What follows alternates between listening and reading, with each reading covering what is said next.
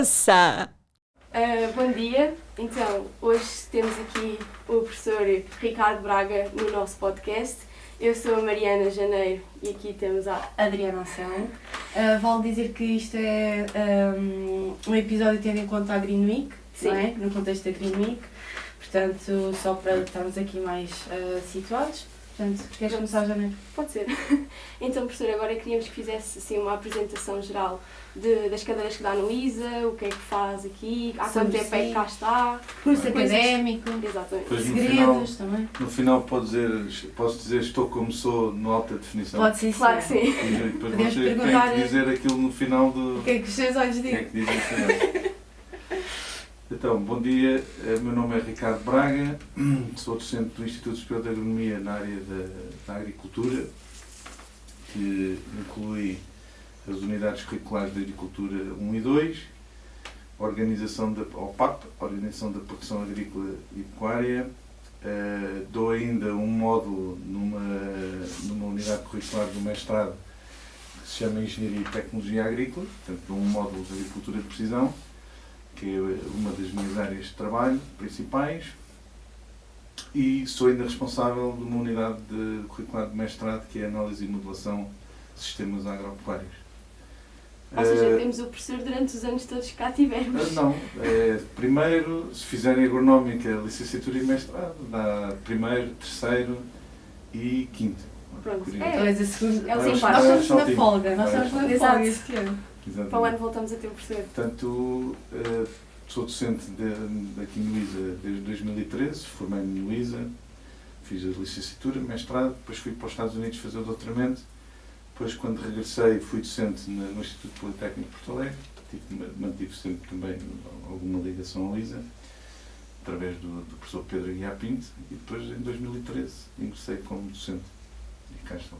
Então andou viajado e depois voltou às origens. Acho que como convém, vocês há aí uma fase em que vão pedir conselhos e não sei o quê. E eu adianto-vos já que eu acho que, sem qualquer dúvida, a internacionalização, quer enquanto estudantes, a nível de fazendo Erasmus e estágios, ou até a própria dissertação, quer depois nos primeiros anos da vossa carreira profissional, acho que é uma boa prática ir um bocadinho lá para fora, ver o que se faz de melhor no mundo, sobretudo nas áreas em que vocês se especializarem, escolherem bem os países e as regiões, e depois então regressar e contribuir com ideias novas. Não é? Ok. Então, professor, fala-nos aqui um bocadinho sobre o que é a agricultura 4.0, como é que está a englobar na agricultura 4.0, o que é, para que é que serve, umas luzinhas aqui para quem não sabe. Ora bem, a agricultura 4.0, ou agricultura digital, não é senão o impacto da digitalização no setor agrícola, desde a produção até à distribuição.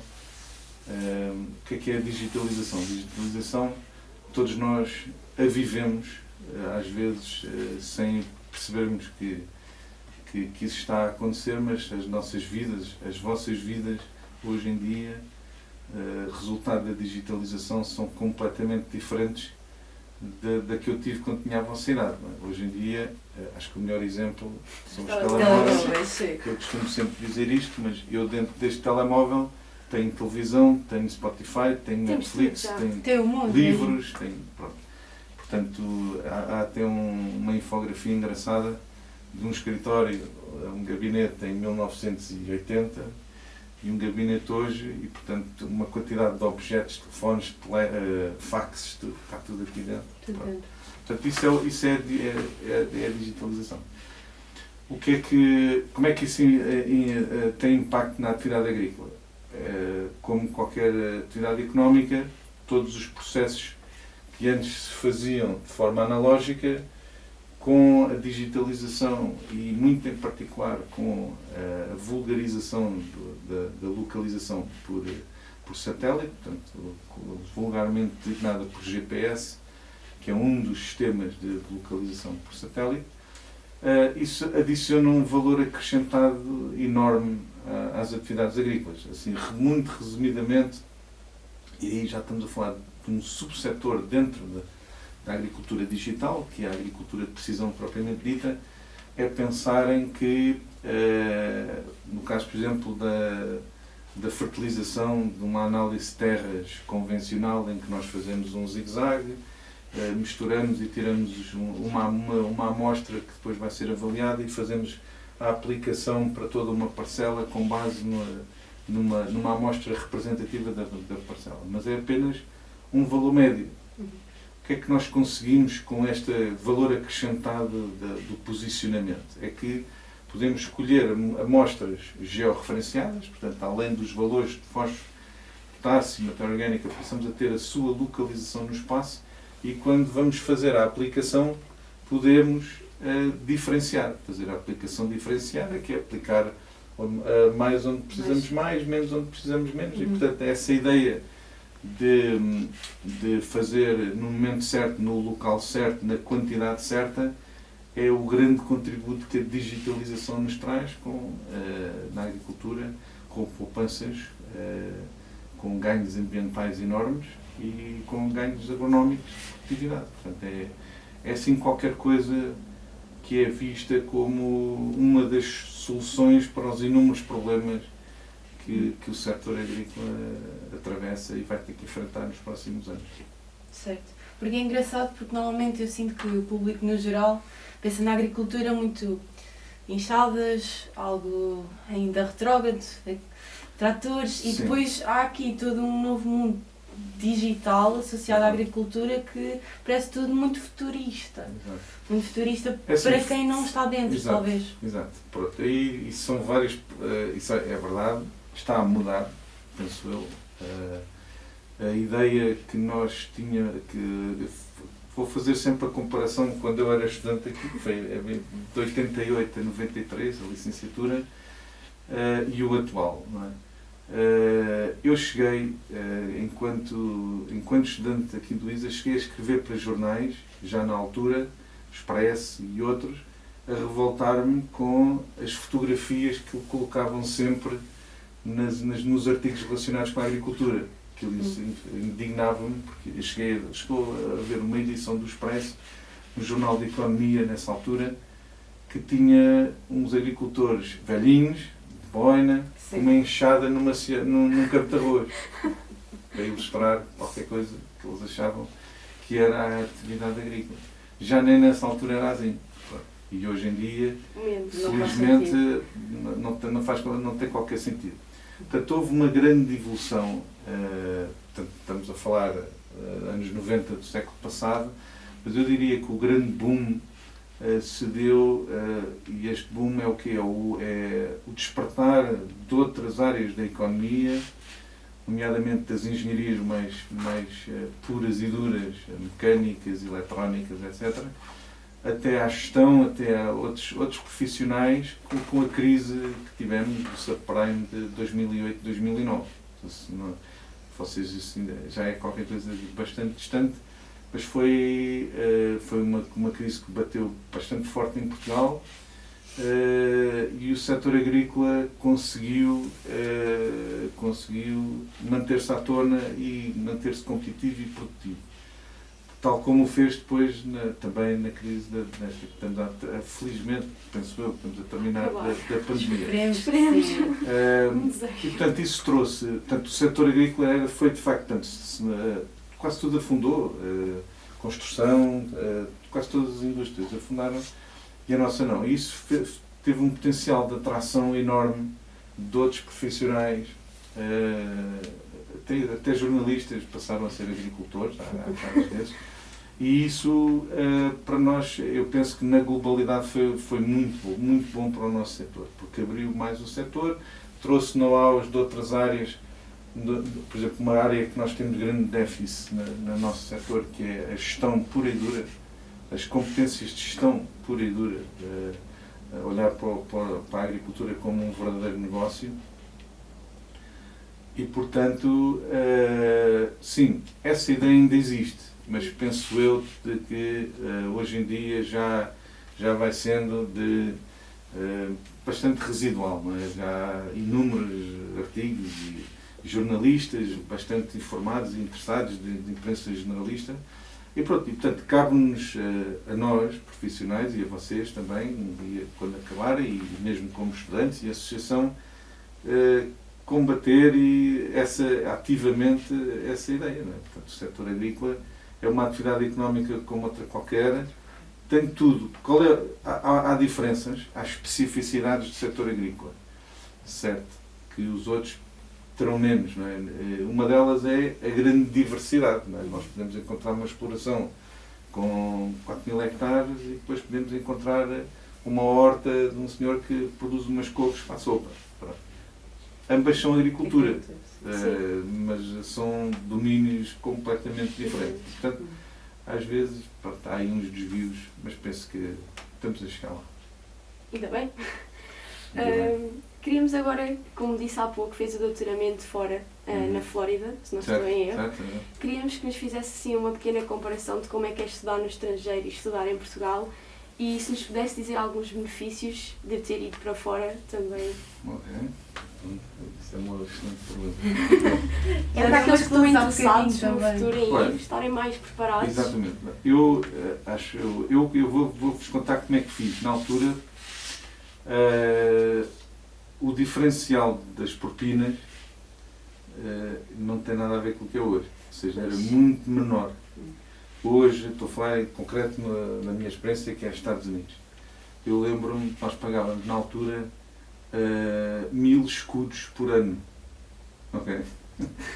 É verdade. Acho que quero voltar atrás no tempo. E eu fui 1.000 escudos, portanto 5 euros. Por ano. Eram uns selos que nós comprávamos e quando fazíamos, todos os anos fazíamos a reinscrição. Eu quando fui para lá, paguei propinas por ano, portanto aquilo eram basicamente 3 semestres, ao todo eram 12.000 euros ou 15.000 euros. Eu quando contava aos meus colegas lá, quase todos internacionais, portanto, mesmo com outros pontos de comparação, ficavam, os americanos então nem acreditavam. Portanto, hoje em dia, a universidade onde eu fiz, que é a Universidade da Flórida, subiu bastante nos rankings e portanto as propinas hoje estão 3 ou 4 vezes acima. Agora, esse é uma questão que tem a ver com a relação custo-benefício, não é? E entra com questões políticas de se o Estado deve ou não ter ensino totalmente gratuito, etc. Não entrando por aí. Aquilo que se observa é, nós, nomeadamente na minha experiência, temos propinas mais elevadas, mas o serviço tem outro nível completamente diferente. Melhorou também. Okay? Ou seja, as infraestruturas, os equipamentos, as aulas, a investigação, o apoio, que não tem comparação. Mesmo hoje em dia, por exemplo, o staff de apoio a um professor não cabe na cabeça de ninguém, numa universidade americana, um professor existir sem ter um staff de apoio. Toda uma equipa. Uma equipa, pessoal de laboratório. Eu lembro-me, por exemplo, eu depois acabei por fazer os meus ensaios de campo, porque queria trabalhar em milho, acabei por ir para Michigan, que é lá em cima, que é no norte, na Michigan State University. E lembro-me que existia uma infraestrutura que eles chamavam o barn, portanto, que é o celeiro, mas que basicamente era o assento de lavoura onde tinham as máquinas e tinham uma exploração experimental. E o apoio que aquela infraestrutura nos dava, quando nós delineávamos essas experiências, era uma coisa que não tem comparação. Pronto.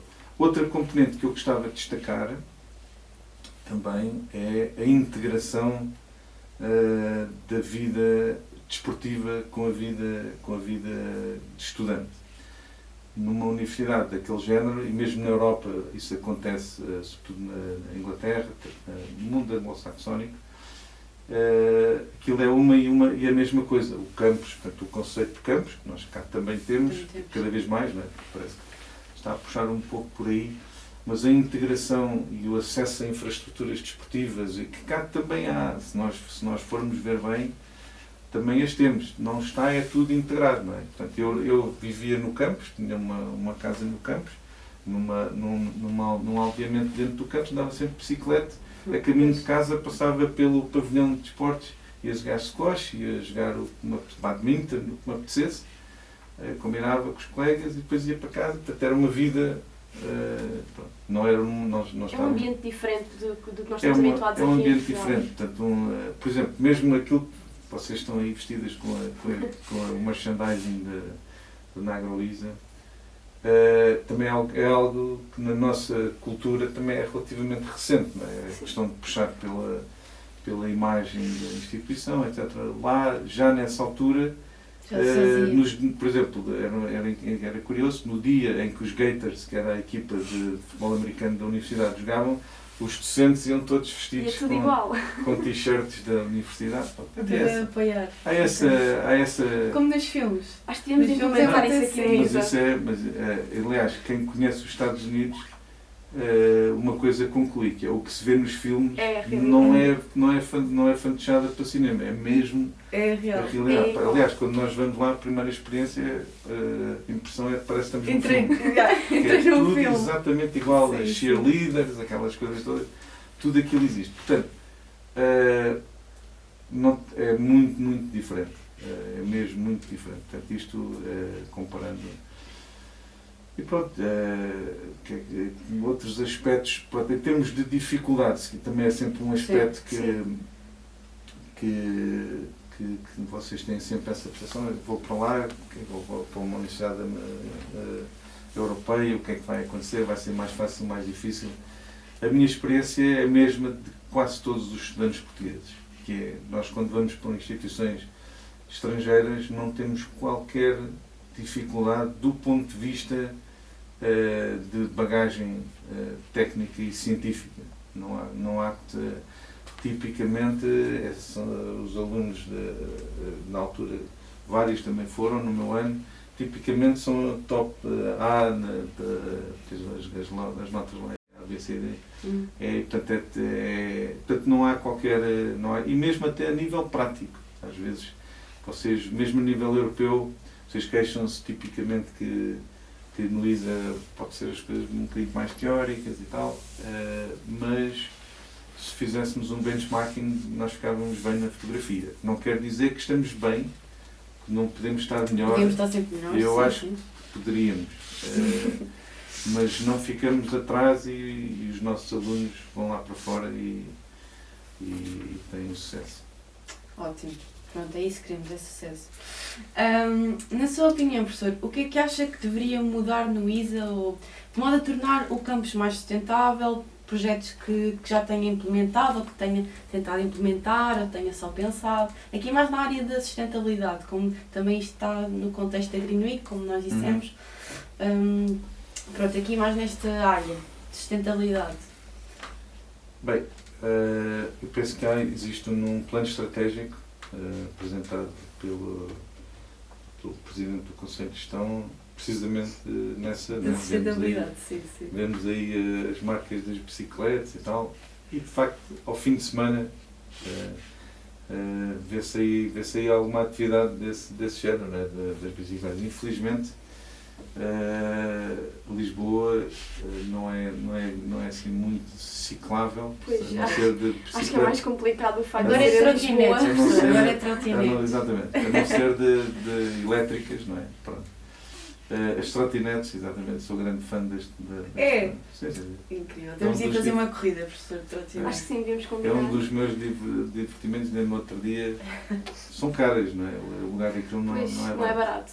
Fica muito, é um bom investimento, mas uma das coisas que gosto de fazer é com as minhas filhas aí em Lisboa, andar aí a passear. E chega-se rápido aos sítios, que aquilo anda rápido. Boas velocidades. 18, 20, portanto é interessante. Mas outras ideias, não sei, olha, eu penso, ligando com a pergunta anterior, ligando com a questão anterior, eu acho que nós, quer dizer, o caminho da sustentabilidade, penso que esse está a ser trilhado, não é? Portanto, energias renováveis, solares, reciclagem, reutilização, racionalização, todas essas coisas, transporte público, etc. Do ponto de vista agrícola, pensando numa componente mais agrícola, penso que nós poderíamos, com o devido apoio, não só a nível de ensaios, portanto, como vocês sabem, uma grande questão que se coloca neste momento é o sequestro de CO2. E, portanto, há uma grande via para o sequestro de CO2, portanto, a retirada de CO2 na captura e a manutenção de CO2 fora da atmosfera, que é o aumento de matéria orgânica no solo. E nós teríamos, à semelhança de um ensaio histórico na estação de Rothamsted, em Inglaterra, que poderia ser um ensaio de longa duração de técnicas de agricultura de conservação, por exemplo. Só que lá está, isso é qualquer coisa que requer continuidade, infraestrutura, pessoal de apoio, que às vezes não tem sido o nosso forte. Não é fácil. Portanto, ideias é fácil ter, depois implementá-las, ter o apoio, no fundo, aquele exemplo que eu dei do tal Barn na MSU, que era ter ali alguém que apoia e que faz daquilo a sua única preocupação. Não pode ser só coisas pontuais, não é? Isso, por exemplo, combustíveis verdes a nível da mecanização, portanto, há aí um conjunto de... Agora, deixe-me aproveitar isto para dizer uma coisa que eu acho que é relevante. Nós, quando pensamos em sustentabilidade, tipicamente pensamos logo em esse tipo de atividades que vocês referenciaram, né? Portanto, os R's, né? Reciclagem, reutilização, economia circular, racionalização, etc. Eu, da minha experiência em explorações agrícolas, tenho-me deparado com uma coisa, que é, vocês num curso de agronomia, tipicamente, portanto, aprendem o que são os sistemas de produção, os sistemas de cultivo, e aprendem diversos protocolos, né? Portanto, tem a agricultura sustentável, tem a agricultura biológica, etc, etc.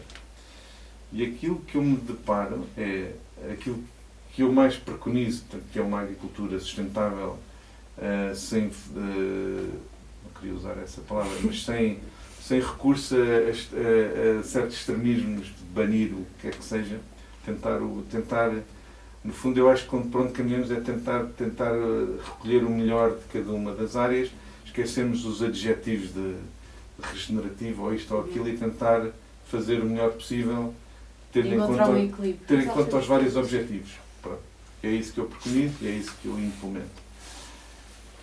E o que eu verifico é que coisas tão simples como, num protocolo, chamemos-lhe assim, de fertilização, de procedimento quanto à fertilização de uma cultura, num protocolo quanto à parte fitossanitária, num protocolo quanto à rega, que são as três grandes áreas, como vocês sabem, de gestão de uma cultura, se nós seguíssemos à risca, à semelhança do que fazem agriculturas protocoladas, oficialmente, né, agricultura biológica, etc., se nós, no convencional, por questão de consciência e de implementação prática, seguíssemos esses protocolos que existem, esses procedimentos que vocês aprendem enquanto alunos de um curso de agronomia, o ganho agronómico ambiental seria incalculável.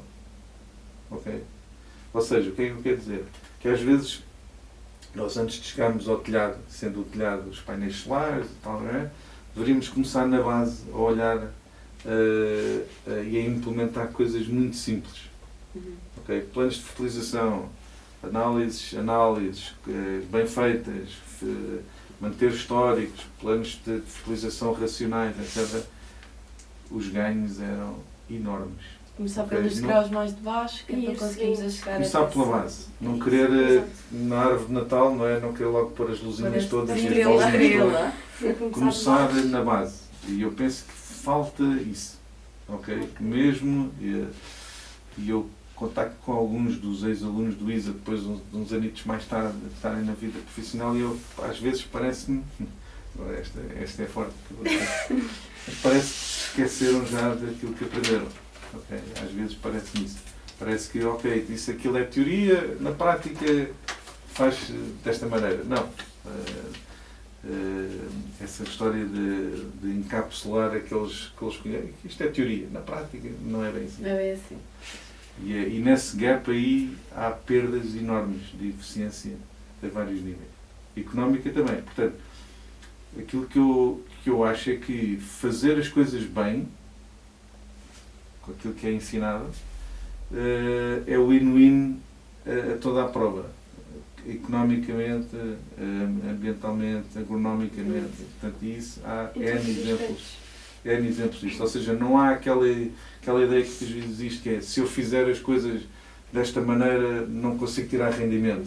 Não é verdade. Se eu fizer as coisas ambientalmente corretas, depois isto não se torna rentável. Também não é verdade. E ver isso na prática acontecer é fantástico e acho que é uma boa, acho que esse é um mito que existe.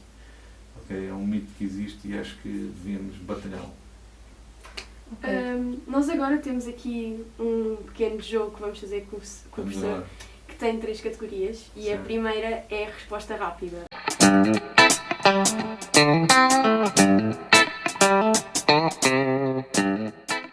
Ou seja, vou-lhe dizer uma pergunta e o professor tem que me responder a primeira coisa que lhe vier à cabeça. Tem que ser logo. Tá. Exato. Okay. Então, qual é a sua marca de tratores preferida? Não tenho. Não tem? Não tem, professor. Eu acho que... Uma marcazinha que veio à cabeça, aposto que veio à cabeça. Sim, agora a primeira. Não tenho. E acho que isso não está muito longe de ser o essencial. Infelizmente, há quem, eu até já tenho dito a alguns alunos, que um dos problemas começa logo aí. Tem a ver nas marcas. Fanatismos e... Um gestor agrícola não pode ser fanático de nada. Tem que ser isento e escolher de acordo com a racionalidade. Ok? Portanto, não tenho. Ok. Acho que é uma boa resposta, não é mesmo? O seu sítio preferido na Tapada? Sítio preferido na Tapada? Chalé da Agricultura. Estávamos só a ver se o senhor ia responder o que essa, vamos ver até quando é que a gente lá se consegue manter. Tem uma vista muito bonita dali. Aquela vista da... Aquilo é privilegiado. Eu dou aulas de tal disciplina de modelos de simulação. Dou numa sala de aula que existe dentro do chalé e é a melhor fotografia da Tapada. É ver a ponte e ver o Cristo Rei lá do outro lado, ver o início da Tapada, é fantástico. Também cada pescador gaba o seu peixe, não é verdade? Claramente. Mas há variedade. Também gosto muito da Era Velha. Pois. Eu digo isso aos alunos quando nós fazemos lá os trabalhos das aulas práticas. Porque é que eu gosto da Era Velha? Porque é o sítio mais remoto da Tapada, onde nós, se nos abstrairmos, nem pensamos que estamos no centro de Lisboa. É verdade. Portanto, vemos assim só uns prédiositos, vê-se um bocadinho do rio. Se fechar os olhos, tem-se ver. Sim. Mas tem aquela tranquilidade do campo. E se não houver barulho, então é... Mas é difícil, a Tapada é espetacular e está a ser recuperada e portanto pode ainda ser melhor do que é. Ok, próxima rúbrica, não é? Sim. Então, agora passamos para o Eu Já Nunca. acabaram as perguntas rápidas? Estas perguntas rápidas foi duas. Era um cheirinho. Era um cheirinho de agora das outras, que estas categorias são mais complexas. Então, nós vamos dizer frases, começam todas por Eu Nunca e a pessoa tem de dizer Eu Já ou Eu Nunca. Pronto, pode justificar se quiser. Eu já ou eu nunca?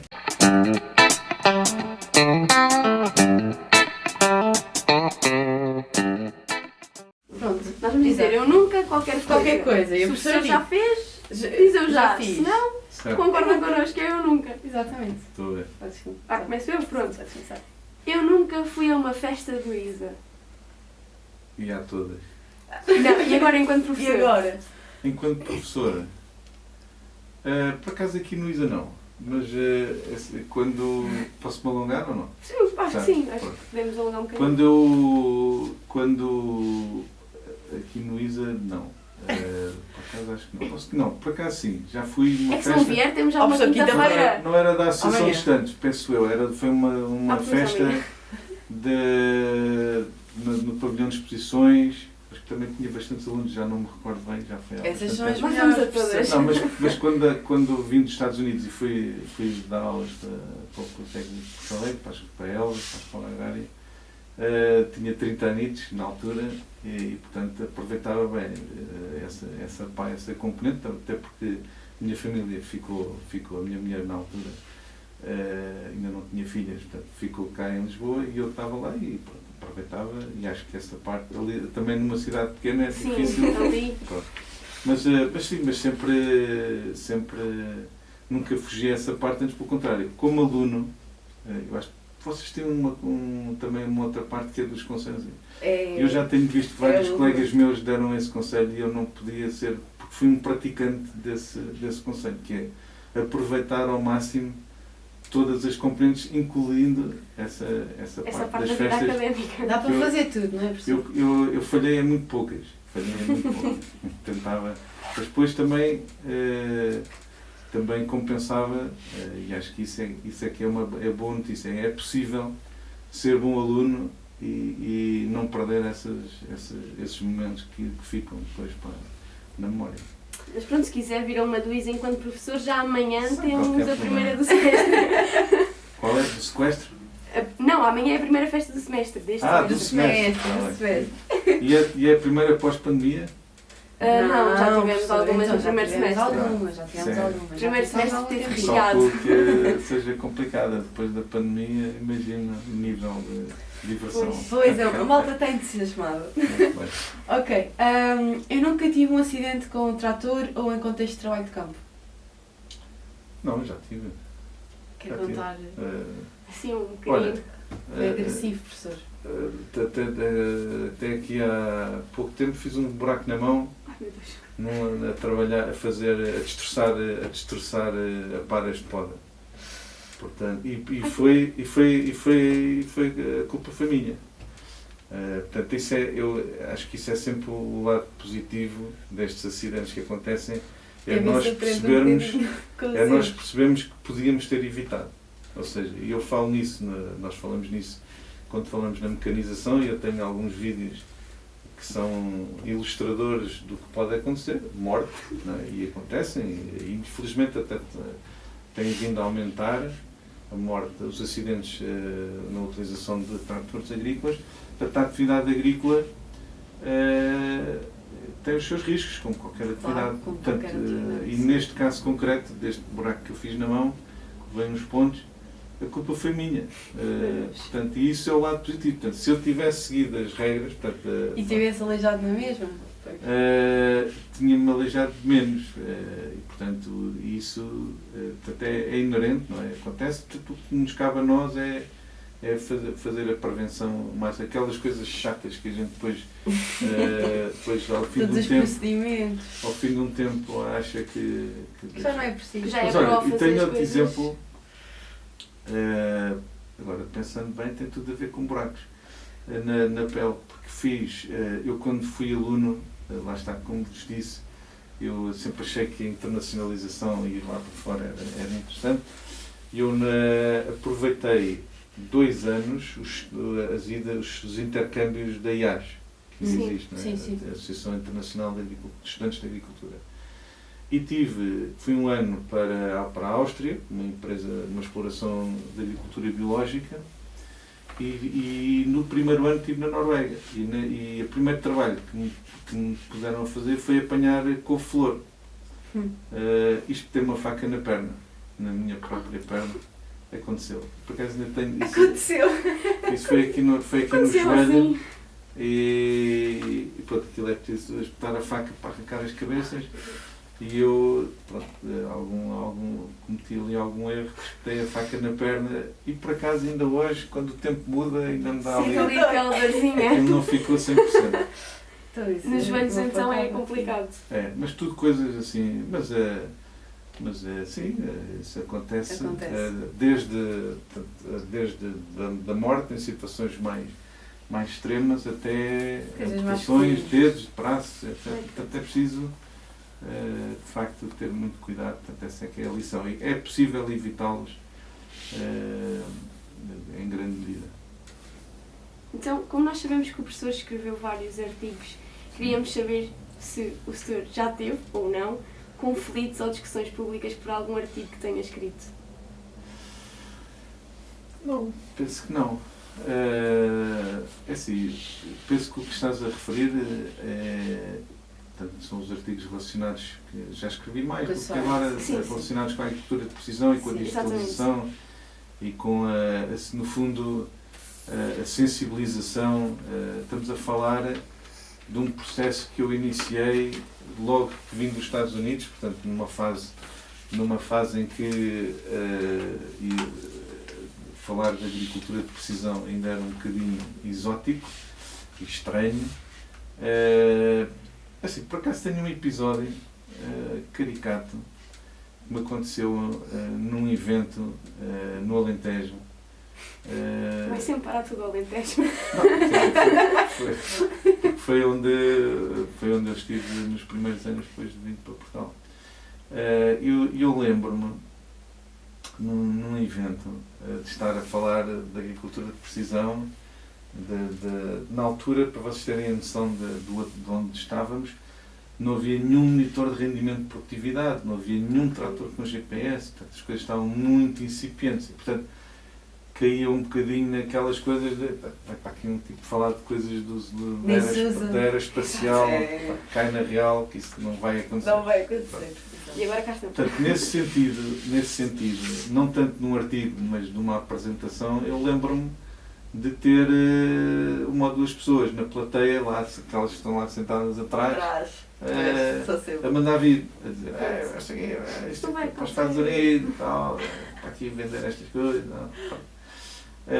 Mas felizmente que eu penso que não fui só eu, não é? Eu e outros colegas, que explicando bem as coisas, pondo o foco nas coisas certas, penso que hoje em dia é uma ideia unanimemente aceita, não é? De que eu não gosto de fazer de dizer que a agricultura de precisão é sinónimo de tecnologia, porque aí há muitos pormenores, mas não interessa, mas que a digitalização e as tecnologias de precisão vão ter um contributo cada vez maior e já estão a ter. Portanto, hoje não é qualquer coisa dos artigos ou de ver vídeos engraçados na internet. Diz isto mesmo, há explorações que já estão a tirar partido e, portanto, nunca senti, portanto, isso foi um caso, estamos a falar, já nem sei em que ano é que isso foi, talvez 2013 ou 2004. Já foi há alguns anos. Foi há uns anitos, pronto, vocês já tinham nascido, não é? Mas ainda estavam à procura da Xuxa ou pronto. Mas nada, não, acho que a coisa correu bem, foi bem aceito, houve anos em que eu percorri muitos e muitos eventos de norte a sul do país, basicamente explicar o que era, quais eram os benefícios, etc. E a recepção, até porque eu tenho um slide nessa apresentação, que ainda guardo, que era o meu slide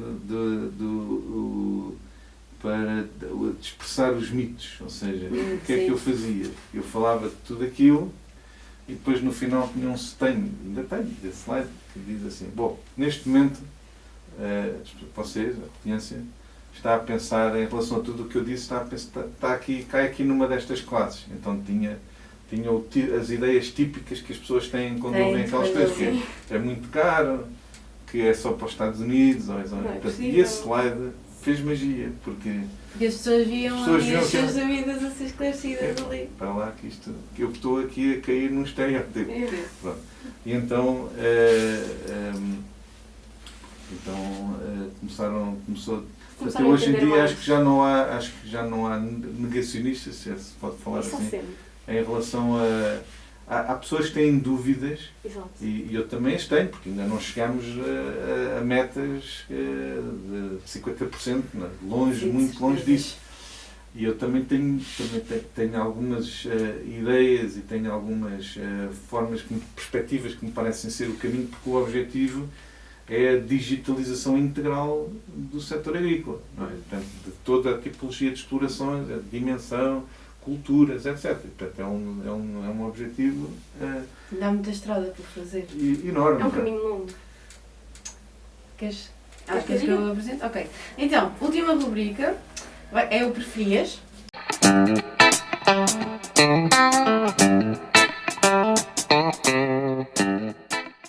Nós damos duas opções, isto ou isto, e o professor dá-nos a resposta assim também. Aqui é que não pode pensar muito, Tá, uma ou outra é aquela. E não é preciso. Não é preciso... É mesmo pressão. Isto aqui. Estou aqui a palpitar. Não são assim tão difíceis. Não, estas são queridas, são carinhosas. Então, investigação ou dar aulas? Se só pudesse fazer mais uma para o resto da sua vida, qual é que preferia?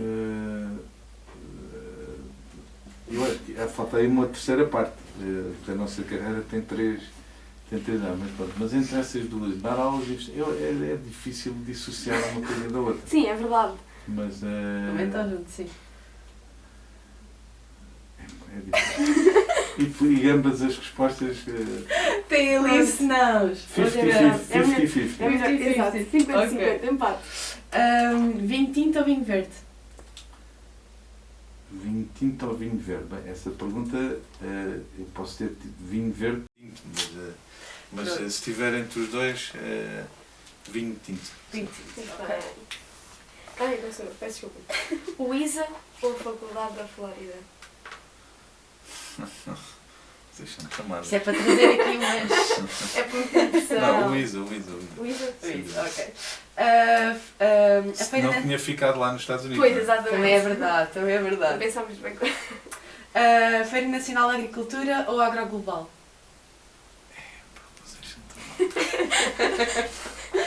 É assim, essa pergunta é fácil e difícil ao mesmo tempo, porque, como sabem, neste momento a Agroglobal vai passar a ser organizada pelo PNEMA.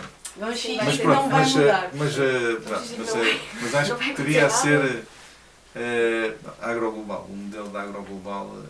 Na feira, é assim, também é preciso enquadrar.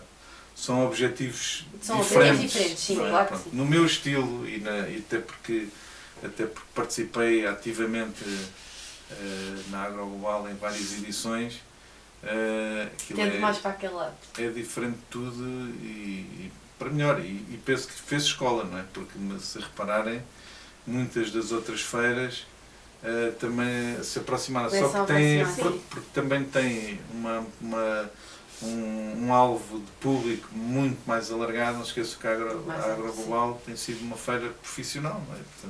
Portanto, aquela parte dos carroceiros e não sei o quê, dos espetáculos, não existe. É diferente. E agora a última desta rubrica. Solneira ou chuva no Naval?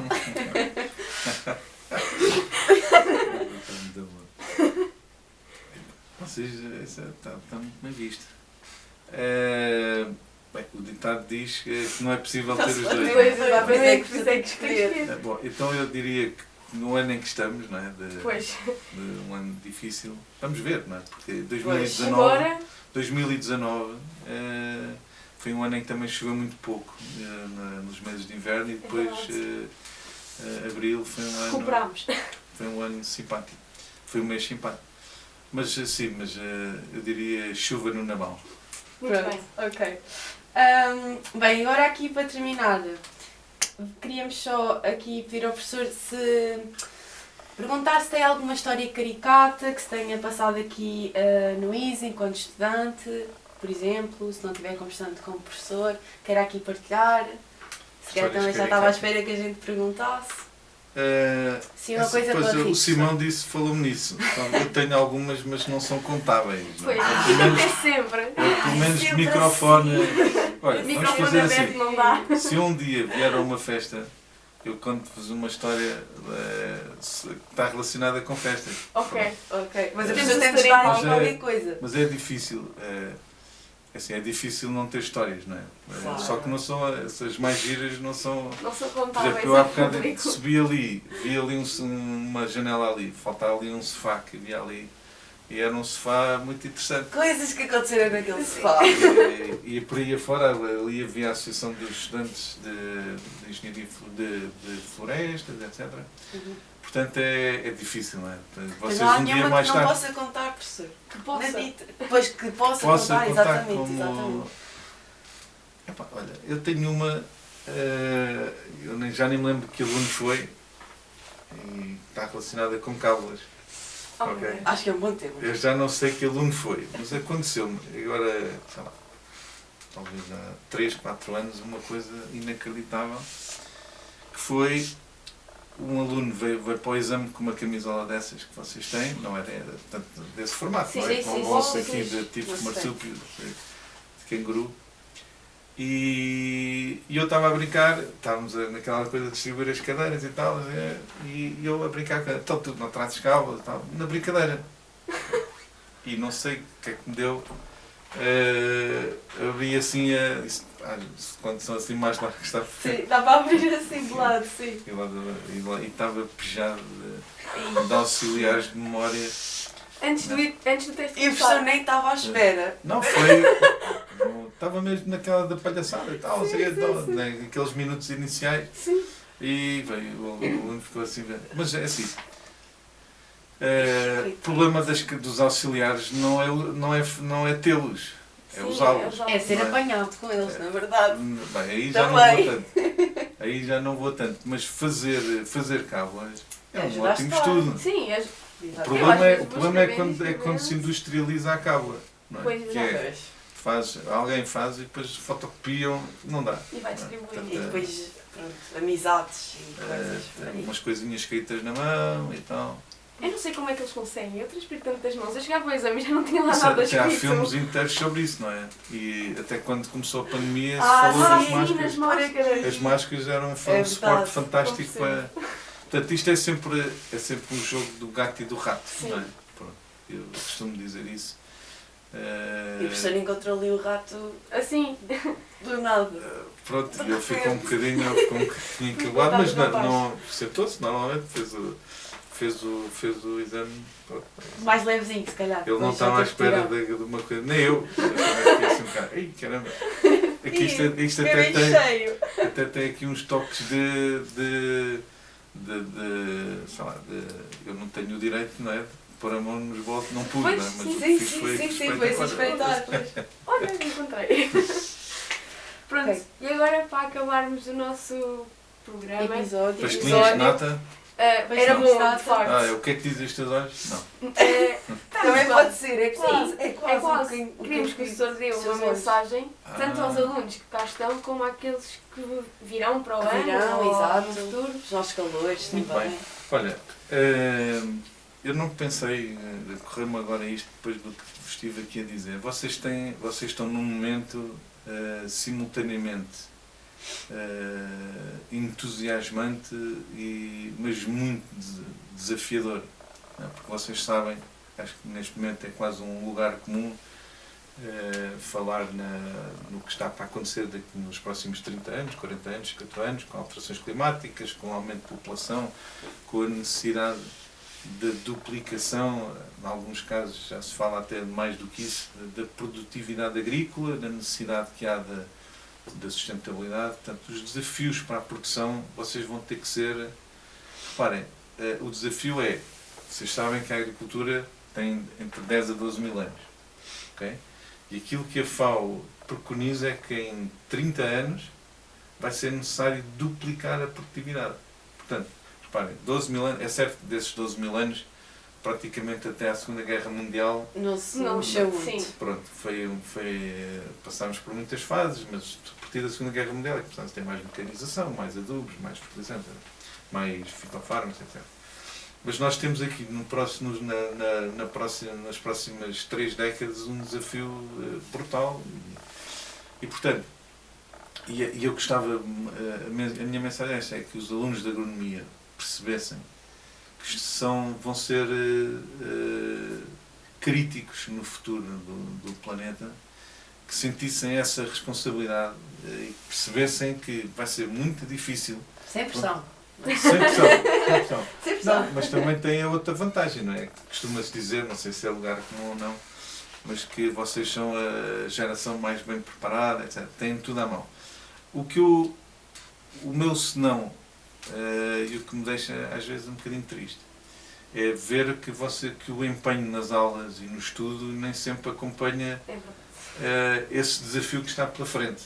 Ou seja, pronto, sem entrar em muitos pormenores, porque isto mexe um bocadinho comigo, mas sinto muitas vezes que vou lá mandar o barro à parede e tal, a ver se pega.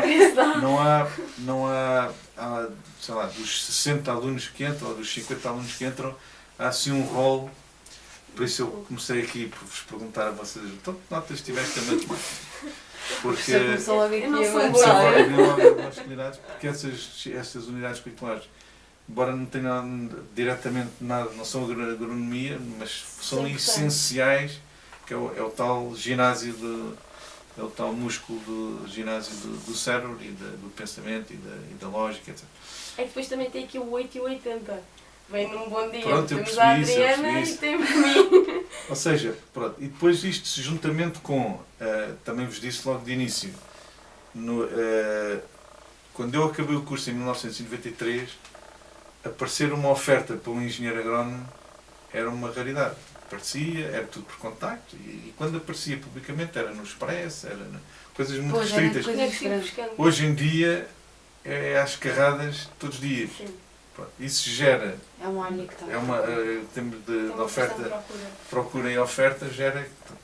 Há uma escassez já hoje, e é um assunto que eu acho que nós ainda não estamos a ver bem o que é que vai acontecer, mas que no futuro ainda vai haver uma escassez enorme de agrónomos, de várias áreas. Nós, por exemplo, um indicador. Nós há 10 anos abria-se uma vaga para um bolseiro de investigação e aparecia. Não eram às dezenas, mas aparecia. Havia por onde escolher. Hoje em dia, portugueses raríssimos, não sendo aqueles que querem mesmo fazer depois mestrados e doutoramentos, a maior parte de estrangeiros.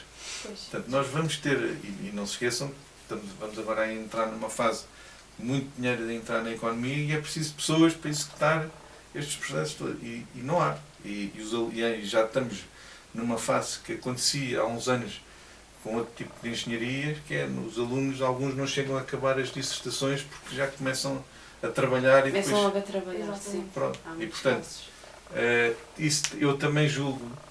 Nós tínhamos aquela percepção de que se eu for muito bom aluno, vou ter melhores oportunidades. E hoje isso, infelizmente ou felizmente, tem os dois lados.